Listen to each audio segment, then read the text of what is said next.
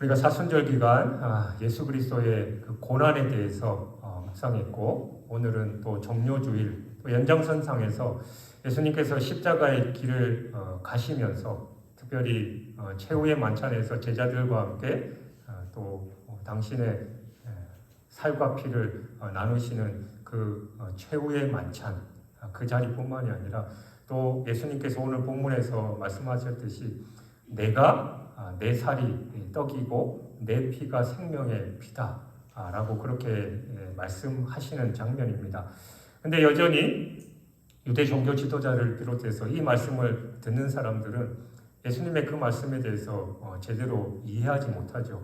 사실 인간적으로 또 상식적으로 생각하면 사람의 살과 피를 먹는다라는 것 자체가 이해되지 않을 뿐만이 아니라 또 그 행위 자체가 잘못되어 있습니다. 예수님은 끝까지 당신의 공생애 뿐만이 아니라 마지막 십자가의 길을 가시면서 말씀하시고 그가 했던 그 모든 행동들을 세상 사람들로부터 인정받지 못했고, 심지어는 제자들까지도 예수님을 배신하고 또 다 도망가는 그런 아픔을 겪으셨습니다. 예수님의 십자가의 길은 철저하게 외롭고 또 홀로 가는 그런 길이었습니다.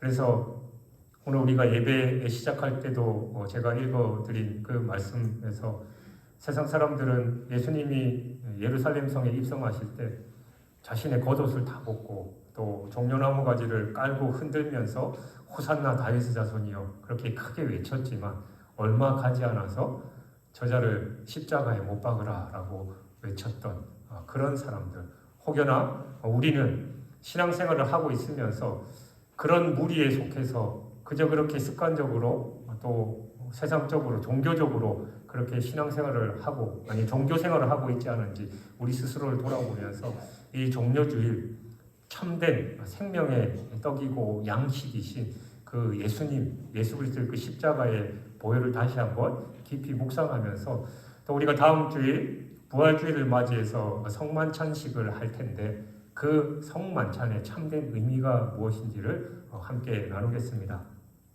52절을 보면 유대인들은 예수님의 말씀을 듣고 나서 이 사람이 어찌하여 자기 살을 주어 먹게 하겠느냐라고 그렇게 말합니다. 아까 말씀드린 것처럼 자기 살을 나눠줘서 먹게 하고 자기 피를 마시게 한다는 건 상식적으로 맞지 않습니다. 그러니까 이 모든 게 불완전한 인간의 이성적 판단에 의해서는 의지하는 그 인간의 불행한 한 단면을 보여주는 모습이에요. 예전에 영국의 로크, 또 홉스, 프랑스의 데카르트 등에 의해서 주도되었던 17, 18세기의 계몽주의 사상 이래로 인간의 이 합리적인 사고는 오늘날 놀라운 물질 문명의 발전을 가져왔습니다. 그러나 이 합리적인 사고 체계에서 가장 큰 폐해는 바로 사람들이 하나님을 인정하지 않고 하나님에 대해서 무관심해졌다라는 거예요. 여러분이 이 계몽주의 또 합리주의 사고가 뿌리내린 서구의 여러 나라를 보십시오. 국민 총생산량이 어마어마하고 또 사회복지가 잘 돼 있고 전체적인 삶의 질이 상당히 높아져 있는 그 서구의 여러 나라들, 부족함 없이 사는 것 같지만 거기에 세워졌던 수많은 교회들이 문을 닫고 있습니다. 이미 오래전 일이지요. 교회 멋있게 지어놨는데 거기가 나이트클럽이 됐고 술집이 됐고 그런 상황이 돼버린 거예요. 왜 이런 현상들이 나타나느냐? 그러니까 하나님의 신령한 일은 인간의 이 딱딱하게 굳어버린 이성과 사고로는 도무지 이해할 수 없기 때문이에요. 그들은 철저하게 인본주의 또 인간적인 사고방식으로 살아가다 보니까 하나님의 말씀이 말씀으로 받아들이지 않고 또 자기에게 별 이득이 되는 것 같지 않으니까 철저하게 외면해 버린 겁니다. 그래서 그 유구한 그 기독교의 오랜 역사들이 하루아침에 그렇게 무너져 내려버리고 있는 거죠. 한때는 이 세상에는 종교가 절대화돼서 인간의 이성과 합리적인 사고를 완전히 봉쇄해버리는 소위 이제 암흑기가 있었어요. 그때 사람들은 스스로 종교의 포로가 되어서 인간다움의 어떤 권리나 행복도 누리지 못한 채 죽어갔습니다. 그러니까 이게 이제 인간이 계몽되고 자기 생각이 또 합리화되고 이성적으로 발달하니까 그게 불합리한 거예요. 왜 우리가 하나님을 찬양해야 되고 왜 우리가 열심히 버는 돈 거기다 갖다 바쳐야 되냐. 이제 그런 식으로 하면서 하나님과 점점점 멀어져 버리게 된 겁니다. 근데 여러분 사실 이 하나님의 참된 진리는 우리의 인간의 이성과 합리적인 사고로는 이해할 수 없습니다. 그러니까 내 살을 먹고 내 피를 마셔야 된다는 예수님의 말씀에 그 당시 사람들이 저 사람 이거 아니야? 저 정신병자 아니야? 이렇게 돼버리는 거예요. 사도 바울은 고린도전서 2장 14절에서 육에 속한 사람은 하나님의 성령의 일들을 받지 아니하나니 이는 그것들이 그에게는 어리석게 보이며 또 그는 그것들을 알 수도 없나니 그러한 일은 영적으로 분별되기 때문이다 라고 그렇게 말했습니다. 그러니까 이미 화석처럼 굳어있는 인간의 마음에 하나님의 말씀이 아무리 들어가 봐야 이해가 안 되는 거예요. 심지어는 일반적으로 신앙생활 잘하는 사람들에게도 상식과 또 내 상황과 맞지 않는 하나님의 말씀을 받으면 이게 혼란스럽고 때로는 하나님의 뜻임에도 불구하고 다른 길로 갈 때가 많이 있습니다. 다음에 제가 지난번에도 한번 말씀드렸는데 지난번에 서울에 가서 어떤 목사님 특별히 예언 사역을 하는 그 목사님을 만났는데 저와 우리 교회 상황에 대해서 예언을 하는 거예요. 조심스럽게 얘기하면서. 근데 제 생각과 좀 안 맞아요. 그리고 제가 계획했던 우리 교회가 여러분들과 나눴던 그 계획했던 게 정반대의 예언을 하시는 거예요. 그 목사님은 우리 교회 상황 전혀 모르고 저랑 만나봤던 일면식도 없는데 잠깐 얘기하면서 그런 얘기를 할 때 제가 혼란스러운 거예요. 나는 분명히 우리 교회 이렇게 다 얘기해놨고 이런 식으로 가고 있는데 갑자기 정반대 얘기를 하니까 그러니까 혼란스러우면서도 어떤 게 하나님의 뜻인지 이제 제가 기도하는 거죠. 하나님의 뜻이 명확하다면 제가 여러분에게 늘 강조했듯이 이 진리의 말씀, 온전한 계시를 통해서 명확한 답을 주십시오. 그러면 제 생각과 또 우리 성도들의 생각과 맞지 않다 하더라도 이게 하나님의 뜻이 명확하면 저는 그 길을 가겠습니다. 라고 했는데 어쨌든 계속해서 기도하고 있는 가운데 있습니다. 그러니까 우리 인간적인 생각과 우리의 이성으로는 하나님의 뜻을 이해할 수가 없는 거예요. 그러니까 우리는 철저하게 나를 부인하고 주님만을 바라보며 성령의 도우심을 구해야 한다는 겁니다. 이건 모세 시대, 이사야 시대, 예수님 시대에도 다 있었어요. 그들도 우리와 똑같은 사고체계에 의해서 하나님의 말씀을 거부하고 예수님을 배척했습니다. 예수님이 자기 눈앞에 나타나서 수많은 기적들을 행했음에도 불구하고 예수님을 배척하는 그런 사람들이 있었으니 오늘날 상황에서는 얼마나 더 그렇겠냐라는 겁니다. 인간의 지혜를 절대화하며 이 복음 진리를 거부했던 헬라인들의 합리적인 사고를 통렬하게 비난했던 사도 바울은 고린도전서 2장 16절에서 이런 말을 했습니다. 누가 주의 마음을 알아서 주를 가르치겠느냐? 그러나 우리가 그리스도의 마음을 가졌느니라. 그러니까 아무리 인간 이성과 지성이 발달되어 있는 시대를 산다 해도 여전히 우리에게 절대적으로 필요한 건 예수님의 마음입니다. 예수 정신이에요. 그래서 우리는 늘 하나님의 뜻, 하나님의 마음이 무엇인지를 기도하며 간구하고 또 그 마음으로 충만한 삶을 살아야 될 줄 믿습니다. 그리고 53절에서 예수님은 내가 진실로 진실로 너희에게 이르노니 인자의 살을 먹지 아니하고 인자의 피를 마시지 아니하면 너희 속에 생명이 없느니라 라고 말씀합니다. 여기서 진실로 진실로 이 성경에 이 표현이 참 많죠. 근데 이 표현을 제일 많이 한 성경의 인물이 누구냐? 바로 예수님입니다. 이걸 다른 말로 하면 아멘, 아멘이다 라는 말이에요. 아멘이 무슨 뜻이에요? 그러니까 그렇게 된다, 확신한다 그런 뜻이잖아요. 그러니까 예수님이 진실로 진실로 너희에게 이르노니 라는 이 말을 늘 이 전제가 붙어 있으면 이건 진짜 사실이다 라는 걸 거듭해서 강조하시는 겁니다. 그러니까 여기서 우리는 대단히 중요한 걸 깨닫는데 그건 바로 예수님께서 유대인들의 항변을 듣고도 그들과의 어리석고 무익한 변론에 휘말리지 않으셨다라는 거예요. 여러분 한번 보십시오. 예수님은 여기에서 앞에서 말씀하신 것을 거듭해서 말씀하셔요. 그러니까 오직 말씀만을 권위 있고 힘 있게 선포하시는 겁니다. 그러니까 거듭 선포하시는 정도가 아니라 인유, 그러니까 사람의 살을 먹어야 할 당위성을 지나서 인자의 피, 그러니까 피까지도 먹어야 할 것을 첨가하고 계시는 거예요.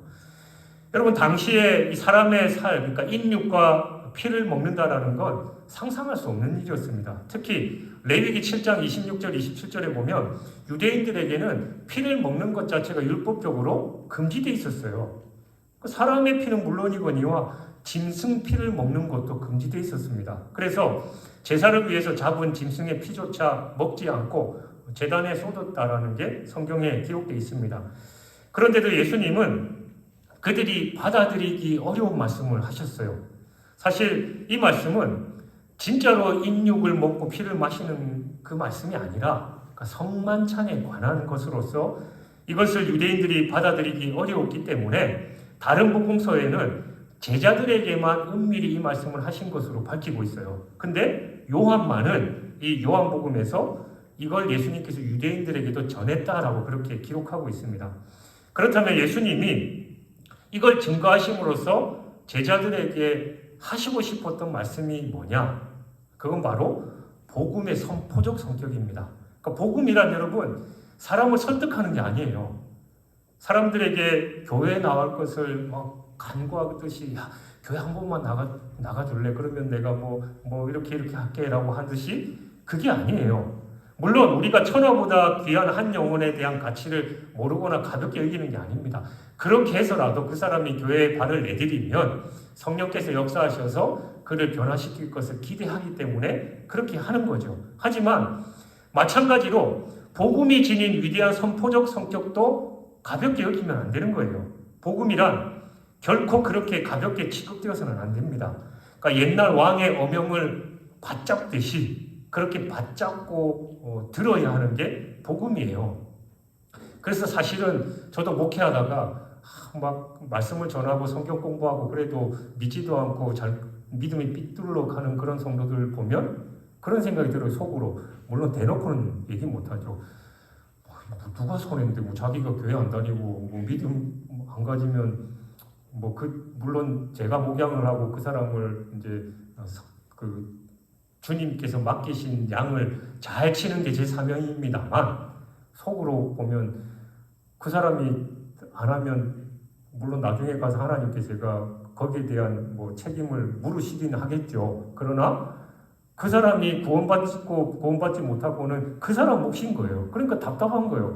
내가 내 잘 되자고 그런 것도 아니고 자기 영혼을 위해서 그렇게 기도해주고 권면하는데 끝까지 잘못된 길로 가는 거 보면 그게 답답한 거예요. 여러분, 그러니까 본질은 바로 그겁니다. 복음은 바로 선포적인 거예요. 당신이 예수 그리스도의 십자가의 보혈로 구원받아야 된다. 회개하고 주님께로 돌아와라 라는 그 복음은 당당하게 선포되어야 됩니다. 그 복음 자체는 진리이기 때문이에요.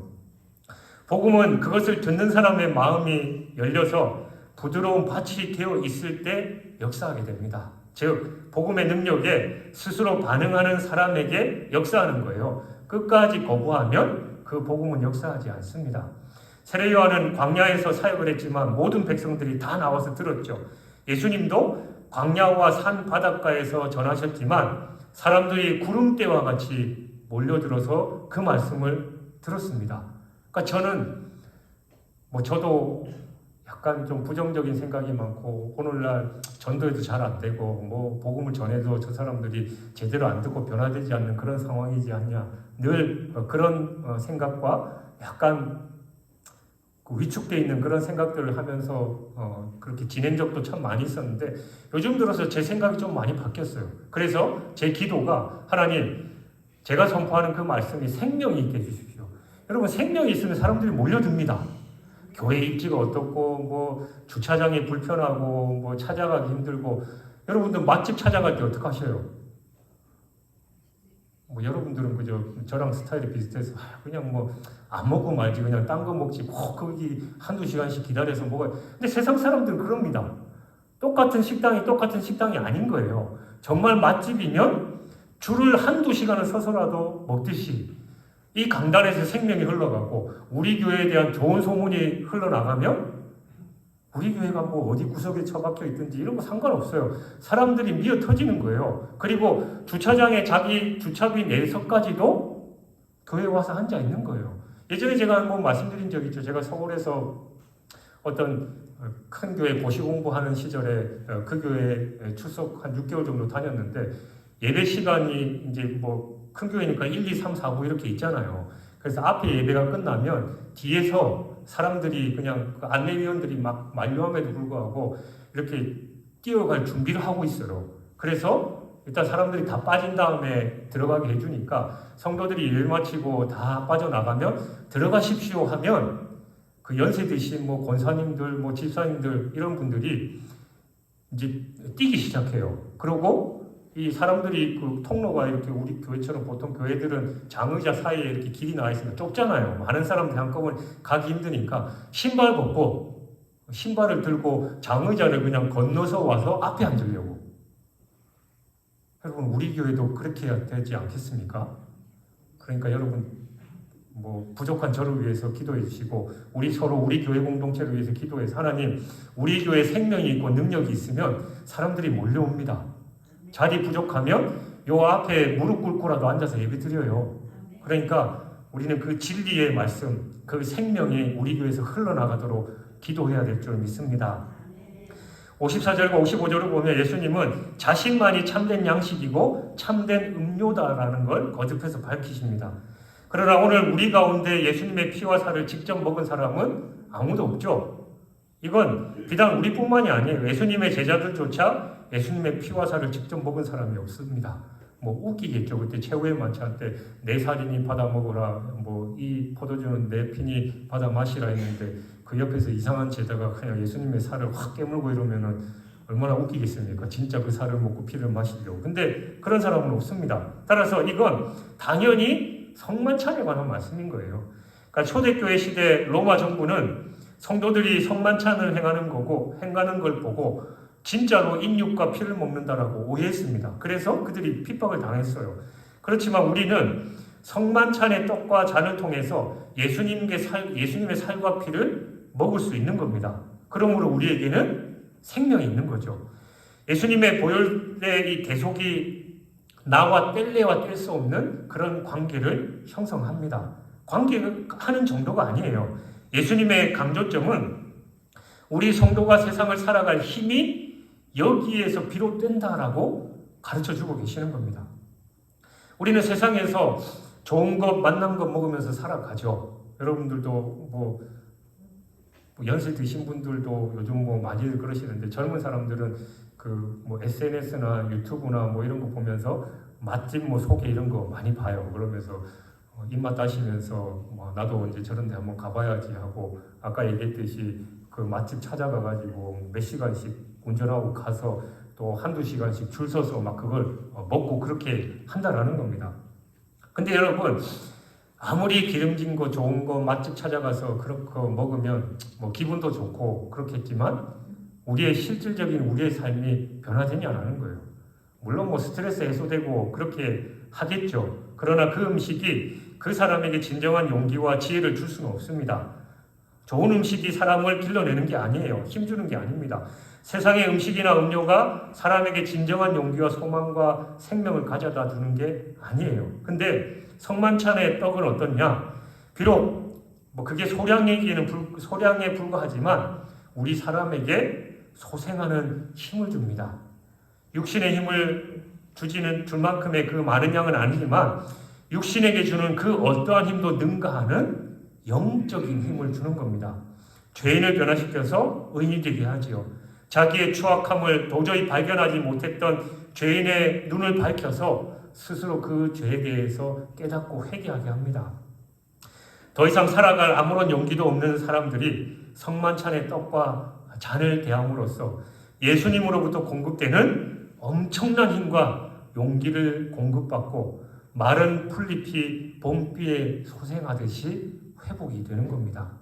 바로 성만찬에 담긴 예수님의 살과 피의 그 능력 때문입니다. 예수님께서는 당신의 몸을 깨뜨려서 우리에게 이것을 값없이 주셨습니다. 그래서 은혜인 거예요. 그런데 여러분은 어떻습니까? 여러분은 진정히 성만찬의 신령한 떡과 포도주를 사모하고 계십니까? 단순하게 그 떡과 포도주를 먹고 싶어서 사모하는 게 아니라 예전에 제가 말씀드린 적이 있죠. 초신자가 교회에 처음 왔는데 마침 그날 성만찬식을 하는 거예요. 근데 이분이 술을 너무 좋아하는 거예요. 근데 성만찬 잔이 돌아가는데 그 포도주 냄새가 너무 좋아가지고 마시고 싶어 죽겠는데 자기는 마시려고 하니까 세례 안 받은 사람은 안 된다고 막 그래서 도대체 이거 마시려면 어떻게 하면 되냐 그러니까 세례 받으면 된다고 그래갖고 열심히 교회 다녔고 세례 받아서 그 눈물의 포도주를 마셨다라는 그런 우스갯소리가 있습니다. 근데 그게 우스갯소리 같지만 제가 예전에 한번 말씀드렸잖아요. 우리 교회에서도 있었어요. 성찬식 하는데 어떤 분이 앞에 나와가지고 사실은 뭐 그분이 세례를 받았는지도 제대로 확인되지 않습니다만 어쨌든 분명히 멘트를 했음에도 불구하고 나와서 한 잔 먹더니만 저한테 자그마한 목소리로 그랬습니다. 목사님 한 잔 더 마시면 안 되겠습니까? 그러니까 그게 실질적으로 우리에게 막 먹고 싶고 막 뭐 그럴 수도 있겠지만 그런 음식은 아니지만 그럼에도 불구하고 그 안에 예수 그리스도의 생명의 능력이 있기 때문에 그 소량을 먹어도 그 사람의 심령이 변화되고 그들의 정신이 변화되고 그들의 삶의 모습이 변화되는 능력이 있다는 겁니다. 그래서 예수님께서 이 살과 피를 받아 마시라, 먹고 마시라라고 그렇게 얘기한 겁니다. 그래서 우리는 정말 이 가치와 소중함을 충분히 알고 성만찬식을 그냥 가볍게 대하는 게 아니라 사모하고 이 양식과 음료를 통해서 영원한 생명과 또 이 땅에서의 힘을 공급받는 복된 여러분이 되시길 주님의 이름으로 축원합니다. 또 56절에 보면 예수님은 내 살을 먹고 내 피를 마시는 자는 내 안에 거하고 나도 그의 안에 거하나니 라고 말씀하셨습니다. 그러니까 왜 예수님께서 이 성만찬 예식을 행해서 당신을 기념하라라고 하셨겠느냐? 바로 이 십자가의 그 죽음의 아픔과 고통을 느끼라는 거예요. 그러니까 그 피를 기억하라는 겁니다. 그러니까 그냥 성만찬식에 참여해서 그 떡과 포도주를 마시는 정도가 아니라 이건 바로 내가 네 죄를 위해서 십자가의 죽음으로 그 살이 다 찢겨나가고 물과 피를 다 쏟은 나의 사랑이다. 바로 나의 그 구원의 은혜다라는 걸 기억하라라는 그 말씀이지요. 그리고 나는 죽고 바로 그리스도로 살라라는 그런 의미입니다. 우리가 아까 말씀드린 것처럼 성만찬식은 세례 받은 사람만 참여할 수 있는데 세례의 가장 핵심적인 그 고백이 뭐예요? 나는 죽고 그리스도로 살겠습니다. 이제 내 삶의 주인은 주님이십니다라는 그런 고백이잖아요. 그러니까 이걸 기념하여 나를 기억하라라고 하신 그 주님의 말씀은 늘 이 성만찬식을 대할 때마다 예수 그리스도의 그 십자가의 은혜를 기억하고 이제 내 삶의 주인은 내가 아니라 주님이시다라는 걸 다시 고백하며 그런 삶을 살라라는 그런 말이에요. 그래서 57절에서 예수님은 살아계신 아버지께서 나를 보내심에 내가 아버지로 말미암아 사는 것 같이 나를 먹는 그 사람도 나로 말미암아 살리라라고 말씀하신 겁니다. 그러니까 예수님이 이 세상을 살아가신 방식, 그의 생명, 인격, 사상, 그가 가진 모든 것은 다 하나님으로부터 기인한 겁니다. 그러니까 예수님 자신이 스스로 결정하신 것은 하나도 없으셔요. 여기서 살아계신 아버지다라는 표현에 주목해야 되는데 예수님 안에는 바로 하나님 아버지께서 살아계셨습니다. 그러니까 하나님께서 그 안에 계셔서 모든 것을 결정하신 거예요. 그러니까 살아가는 능력의 원천, 살아가는 방식, 살아가는 목적 등 그 모든 것이 하나님에 의해서 결정된 겁니다. 그러나 이것은 하나님과 하나이신 예수님이시기에 강제적으로가 아닌 기쁨으로 자원하는 가운데 이루어진 것이었습니다.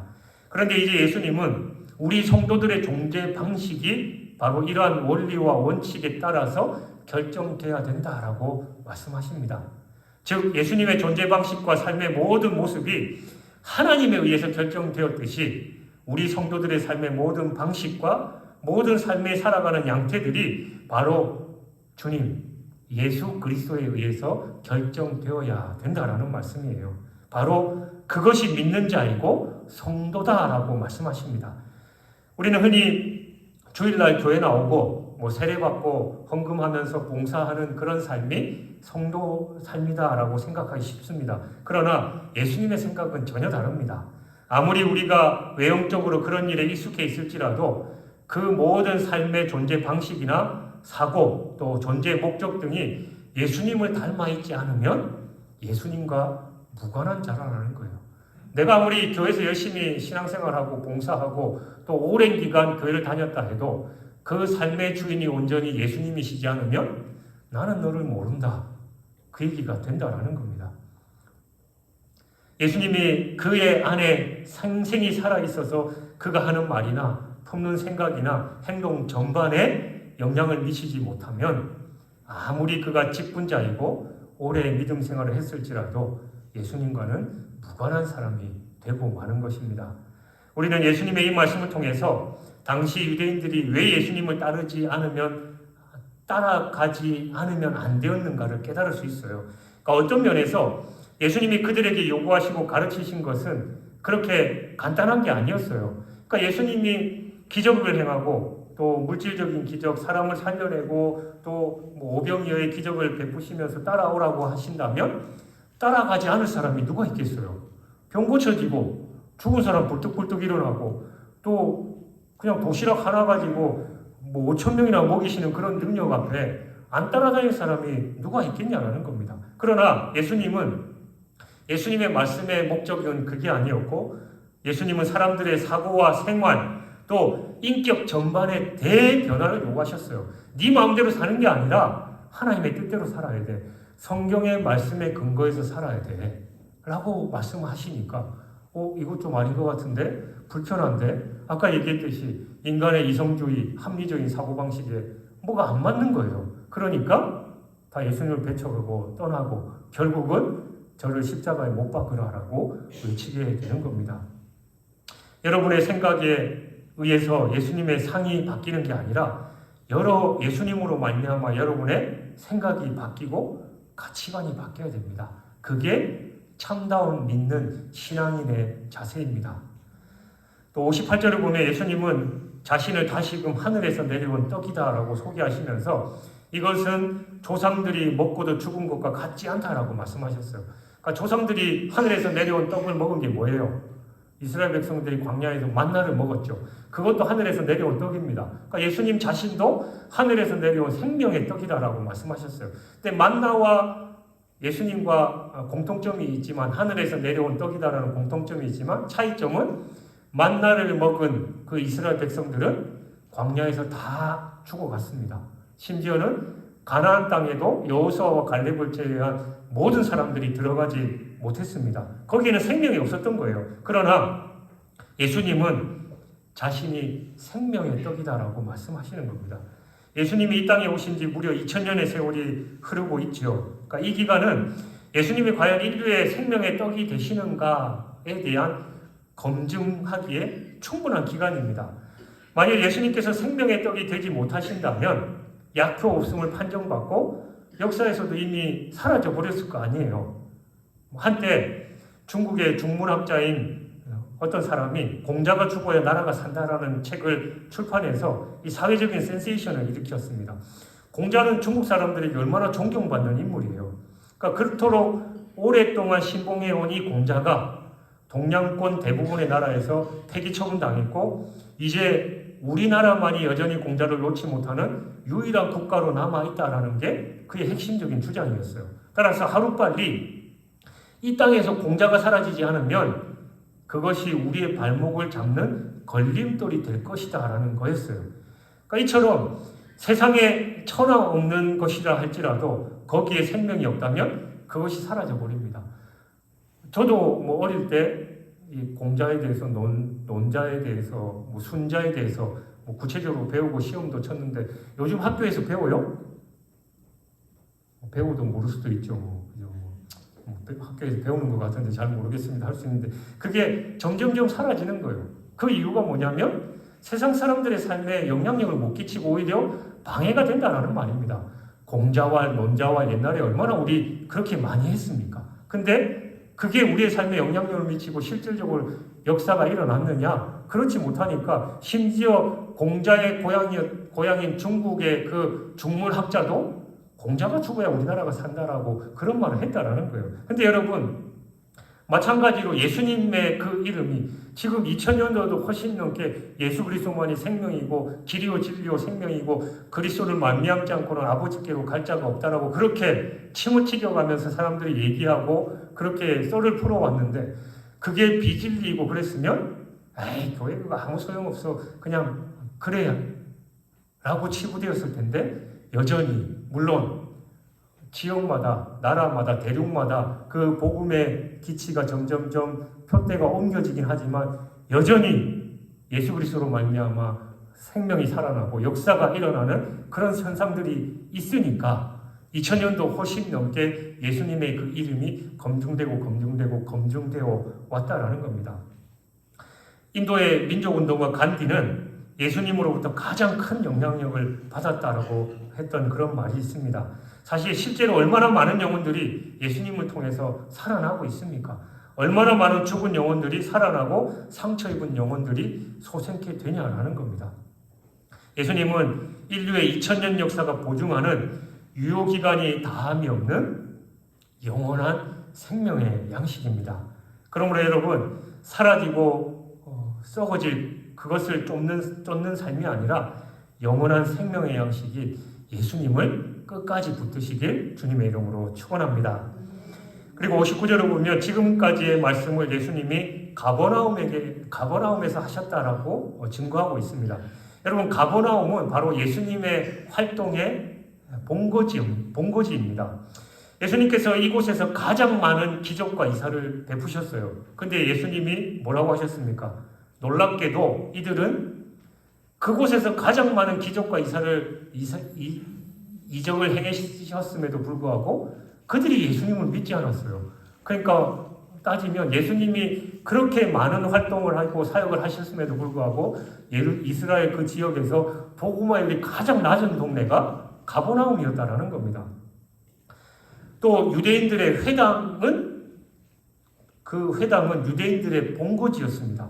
그러니까 예수님은 유대인들을 가리켜서 요한복음 8장 44절에 보면 너희 아비는 마귀다라고 하셨고 또 이런 시각은 요한의 글에서도 특히 두드러지죠. 그리고 요한은 계시록에서 아예 유대인들을 가리켜서 사탄의 회당이다라고 할 정도였습니다. 그러니까 이것도 사실 사도 요한의 증거라기보다는 예수님께서 친히 그렇게 하신 말씀이에요. 근데 예수님께서 이러한 가운데 가버나움 회당에서 말씀을 하셨다라는 겁니다.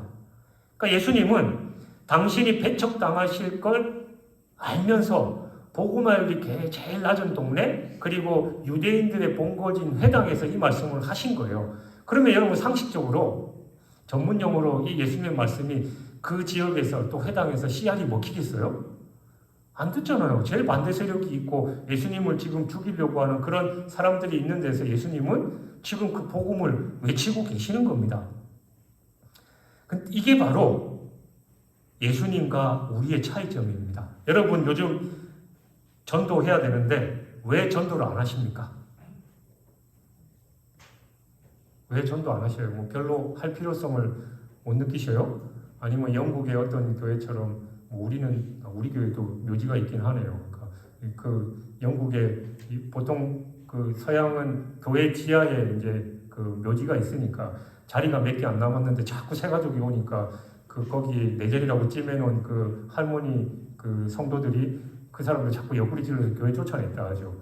괜히 저 사람이 나보다 먼저 죽어가고 거기 붙이면 자기 자리 없으니까. 근데 우리는 뭐 그런 걱정 때문에 전도 안 하는 건 아니잖아요.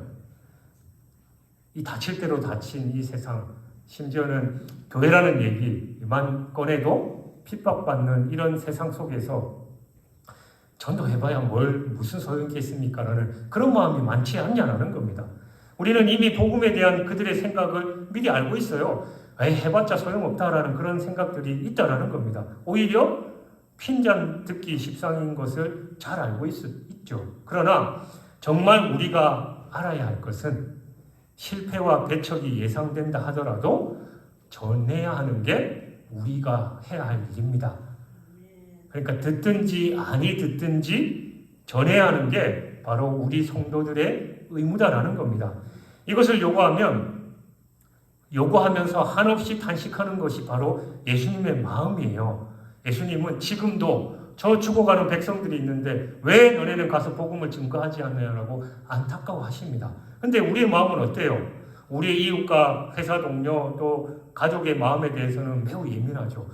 괜히 저말 해가지고 나랑 관계가 틀어지면 어떡하지? 또 괜히 복음 증거하려고 했는데 역효과 나가지고 더 교회 안 다닌다고 하면 어떡하지? 우리는 매우 예민합니다. 반면에 예수님의 마음에 대해서는 매우 둔감해 있어요. 예수님은 저 죽어가는 영혼을 향해서 절절히 지금 통곡하고 계시고 저 자녀가 빨리 내게로 돌아와야 되는데 저렇게 고통받고 있구나. 저 문제 나한테만 오면 다 해결되는데 절절한 예수님의 마음은 우리가 다 무시한 채 저 사람이 혹시 불편하지 않을까, 괜히 관계가 틀어지지 않을까, 그 사람들의 반응에만 예민해 있다라는 겁니다. 여러분, 그러나 이제 우리의 생각을 바꿔야 됩니다. 상대가 마귀의 자녀여도 좋습니다. 사탄의 회당이어도 좋습니다. 악마와 같은 원수라도 좋습니다. 나와 관계가 틀어지지라도 우리는 복음을 전해야 됩니다. 요나의 가장 큰 실수가 뭐였어요? 자기의 원수는 하나님도 싫어할 거다라는 그런 생각이 있었잖아요. 하나님, 저런 사람은 교회 다니면 안 돼요. 그냥 저 사람 오면 교회 그냥 문제만 생기고 복잡해지니까 제가 그냥 좀 점잖하고 또 우리 교회 도움될 사람만 전도할게요. 그러니까 요나가 바로 그 생각이었어요. 니느웨 사람들 다 멸망당해야 되는데 저기 가서 무슨 복음을 증거하라고 하십니까? 할 일도 많은데 하나님 택도 아닌 소리를 하셔요. 그러면서 하나님 뜻과는 반대로 갔죠. 결국은 어쩔 수 없이 물고기 뱃속에 갇혔다가 뭐 오만 난리 부르스를 추다가 가서 전했어요. 근데 왕부터 비롯해서 모든 사람들이 죄를 뒤집어 쓰고 통곡하면서 회개하는 그 모습을 보고 또 요나는 뭐라고 그럽니까? 하나님 잘났다고 그래. 하나님 그러면 왜 나를 보내갖고 그러냐고. 저 사람들은 뭐 그냥 저 사람들하고 잘 먹고 잘 사시고 나는 그냥 잡수셔. 근데 그런 마음이 있는 거예요. 그러니까 하나님, 요나의 마음에는 저 사람들은 멸망받아야 되는데 왜 하나님이 저들을 구원시켜 주시냐라고 불만이 가득했던 거죠. 그래서 박넝쿨로 하나님께서 보여주시면서 너는 이 박넝쿨 때문에도 저렇게 짜증내고 나한테 대드는데 저 천지를 분간하지 못하는 저 내 백성들, 내 자녀들이 있는데 내 마음은 어떻겠냐라고 하는 겁니다. 여러분, 우리가 사실은 인간적으로 불편한 사람들이 있죠. 그리고 우리 교회에 오면 좀 교회가 어려워질 것 같고 그런 경우도 분명히 있습니다. 인간적으로는. 그러나 하나님의 마음, 예수님의 마음은 그게 아니다라는 거예요. 그 사람들도 똑같이 저와 여러분처럼 사랑하시는 마음이 주님의 마음이다라는 걸 기억하시기 바랍니다. 우리의 얕은 생각 다 버리고 둔감한 마음들 다 벗어버리고 나아가서 철저하게 예수 그리스도의 그 마음을 품고 복음을 증거해야 합니다. 사랑하는 여러분, 예수님은 이 땅에 유대인의 왕으로 오셨습니다. 유대인의 땅에 오셨고 유대인에게 기적을 베푸셨으며 유대인의 회당에서 가르치셨습니다. 유대인에게 집중적인 사랑을 베푸신 분이 바로 예수님이에요. 예수님의 공생의 기간에 이방 지역을 돌아보신 것은 두로와 시돈 그리고 데가볼리 지역 외에는 없었습니다. 그렇게 예수님의 모든 사랑은 유대인들에게 집중되어 있었습니다. 그러나 예수님에 대한 유대인의 반응은 예수님을 죽이는 거였습니다. 예수님은 이방인이 아닌 유대인에 의해 체포되셨고 그리고 그들의 손에 의해서 이방인의 손에 넘겨지셨고 십자가를 지셨습니다.